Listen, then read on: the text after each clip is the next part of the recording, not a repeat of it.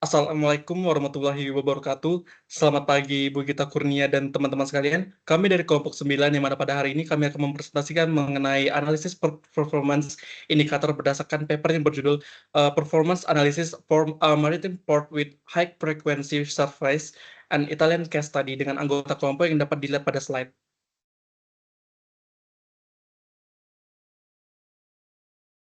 Oke, outline dari pembahasan kami yang mana pertama itu adalah latar belakang penelitian, yang kedua itu pengkategorian port performance, yang ketiga ada analisis perbandingan PPI dengan UNCTAD, dan yang keempat itu ada dampak kinerja pelabuhan terhadap ekonomi dan industri.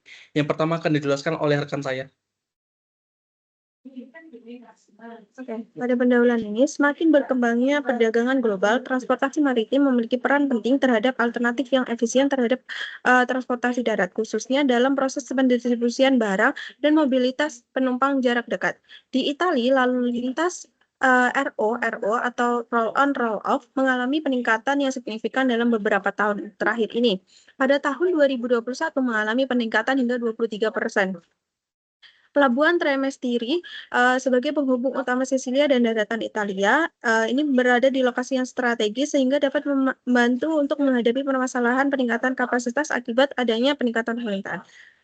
Pada penelitian ini melakukan evaluasi efisiensi terminal Trimesteria menggunakan indikator yang berfokus pada aspek operasional serta mengusulkan kebijakan fleksibilitas jadwal dan peningkatan layanan kapal untuk mengatasi masalah kepadatan. Next.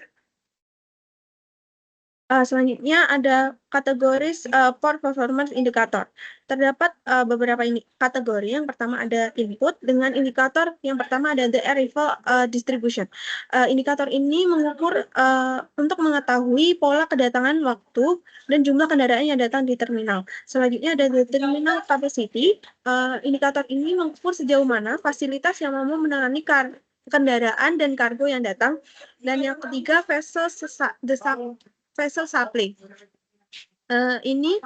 Indikator ini mengukur indikator ini mengacu pada jumlah dan kapasitas kapal yang dapat melayani kendaraan dan kargo. Selanjutnya untuk kategori output dengan indikator total number of vehicles served, indikator ini mengukur total kendaraan yang dapat dilayani. Selanjutnya ada kategori intermediate indikator dengan indikator saturation of the yard area. Nah, indikator ini mengukur tingkat pemanfaatan area yard terminal. Dan untuk average vessel load factor, indikator ini mengukur rata-rata tingkat pengisian muatan kapal pada setiap keberangkatan. Baik, selanjutnya sebelum kita membandingkan antara port performance indicator dari paper dengan UNCTAD, maka kita harus tahu dulu indikator UNCTAD itu terdapat 4 kategori, yaitu service, output, utilization, dan juga productivity. Keempat kategori ini memiliki indikator yang masing-masing, yaitu mulai dari number of port calls hingga ke liner shipping connectivity. Apabila kita tarik garis, maka keempat kategori ini memiliki satu fokus yang sama, yaitu indikator yang berfokus pada operasional. Dan jika kita bandingkan dengan indikator yang ada pada paper, maka seperti yang telah dijelaskan tadi, terdapat 3 indikator, yaitu input, intermediate, dan juga output. Artinya adalah untuk mendapatkan output indikator, kita harus melalui proses input dan juga intermediate ini. Artinya untuk mendapatkan total number of vehicles served, maka harus ada beberapa proses yang dilalui dan juga beberapa performa indikator yang harus diukur. Nah, dibandingkan dengan UNCTAD, maka UNCTAD itu hanya berfokus pada satu perhitungan aja. Misalnya indikator cargo handling, ya maka yang dinilai hanyalah cargo handlingnya saja. Tetapi kalau yang di paper ini terdapat banyak faktor yang harus dinilai. Perbandingan ini kami fokuskan ada 2, yaitu fokus pengukuran dan juga metodologi pengukuran. Untuk fokus pengukurannya, UNCTAD berfokus pada performa layanan untuk kapal dan juga volume kargo. Dan kalau untuk yang di paper ini, berfokus pada penilaian untuk layanan kendaraan yang dilayani di pelabuhan, khususnya di Ro-Ro terminal.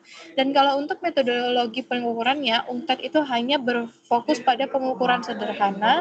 Misalnya jika ingin mengetahui tentang third turnaround time, maka hanya mengurangi waktu keberangkatan dengan waktu kedatangan.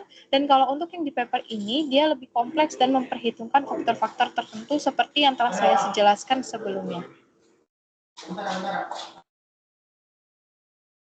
Oke, selanjutnya kita membahas tentang dampak kinerja pelabuhan terhadap ekonomi dan industri. Seperti yang kita ketahui, kinerja pelabuhan memiliki dampak yang signifikan terhadap ekonomi dan industri, baik dalam konteks positif maupun negatif. Dalam situasi di mana pelabuhan berfungsi dengan baik, efisiensi operasional dapat memberikan berbagai keuntungan ekonomi. Dalam hal kegiatan ekonomi dan karyawan di wilayah Sisilia, menyumbang sekitar sepertiga dari kegiatan ekonomi dan karyawan di Italia Selatan. Oleh karena itu, menganalisis kinerja pelabuhan dan memahami kebijakan mana yang harus diadopsi untuk meningkatkannya merupakan tugas yang mendasar, yang mana kinerja pelabuhan yang baik itu dalam kita lihat di paper ini itu lumayan untuk beberapa improve. Oke, next. Kemudian itu di bagian industri ya, kinerja pelabuhan yang baik dari perspektif industri adalah mendukung kelancaran rantai pasokan. Dalam konteks industri, pelabuhan yang efisien memastikan kelancaran operasional, meningkatkan kepuasan pelanggan, dan memberikan keunggulan kompetitif bagi perusahaan. Yang mana seperti yang disampaikan oleh Santos tahun 2020, Terminal Ropex memiliki peran yang sebagai pusat logistik yang efisiensinya mempengaruhi rantai pasokan dan mobilitas wilayah regional. Hal ini berlaku dalam kasus studi yang di paper ini yaitu Terminal Tremestieri. Oke, next. Adapun berdasarkan parameter indikator port performance yang telah dijelaskan sebelumnya, baik pada perekonomian maupun pada industri bergantung padanya, yang mana pelabuhan yang baik beroperasi yang baik dapat menciptakan efisiensi perdagangan dan mengurangi biaya transportasi. Salah satu penerapan yang telah dilakukan oleh pelabuhan ini adalah satu, pengenalan plat nomor otomatis atau ANPR, kemudian itu ada fokus pada efisiensi operasional, kemudian ada integrasi teknologi informasi dan komunikasi atau TIK, yang mana dengan improvement ini, pelabuhan dapat memiliki responsif terhadap permintaan yang meningkat, mengurangi waktu tunggu, dan meningkatkan kepuasan pengguna layanan, sehingga berkontribusi terhadap perekonomian lokal dan industri yang bergantung kepada pelabuhan. Oke, next.